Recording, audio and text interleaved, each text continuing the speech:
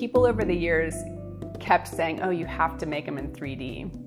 And so there's this woman here in Boise who makes these pom-pom earrings. Her name's Jenny. She owns this shop up on Vista called Lost and Found.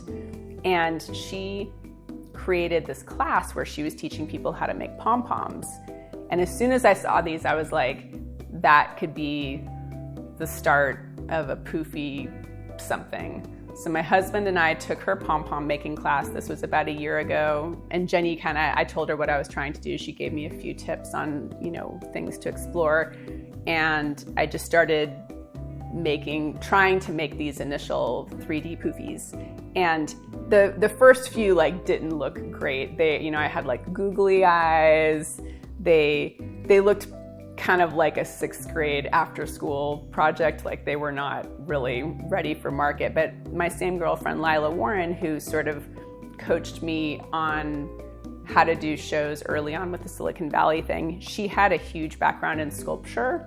So I kept asking her hey, what do you think I could do to strengthen these? And she gave me different ideas. For instance, there's this whole universe of miniatures where you can buy these little paper flowers and things like that. So I started buying flowers as a way of kind of play with things. And then I found different doll eyes to put on them because I was using these googly eyes and they looked pretty cheap.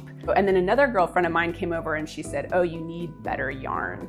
So she hooked me up with this local person here who kind of sells yarn, and there's all kinds of different textures, because before I was just using that acrylic yarn. These are made out of acrylic, which these work like this, but the Poofies I make are a little bit bigger. And if you look at them in relation to, let's say, how my actual artwork looks, my artwork has a lot of different textures. And so my friend Serena, her telling me to try to experiment with different yarns, that was huge, because suddenly I was able to create just much more sophisticated looking textures.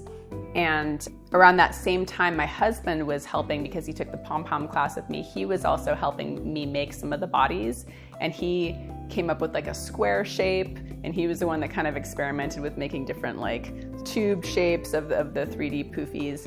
And then I started making these ones that were a circle down here, and then the hair got super explodey on top, and those ended up being a huge hit.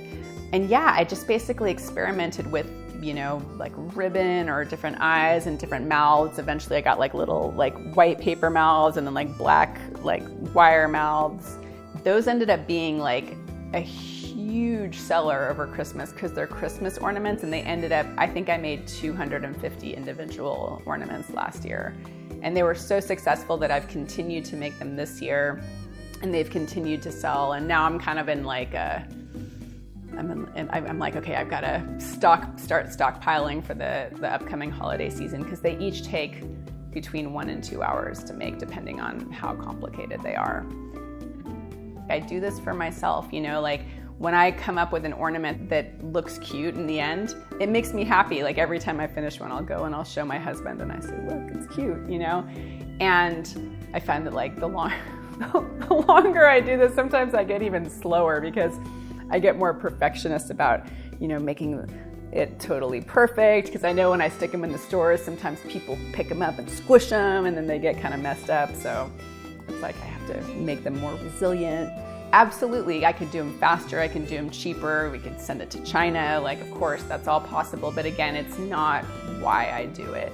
The 3D ornaments have been a similar journey as the 2D journey, in the sense that I always want to make one that's slightly different, because when you make a 3D ornament, whenever you're winding the yarn, it's always a little bit of a mystery. You never know quite how it's going to turn out. There's this moment where you cut and you're okay, what's it going to look like? And it's, you don't know what it's going to look like until it's done. And so that's the process that energizes me and keeps me doing this.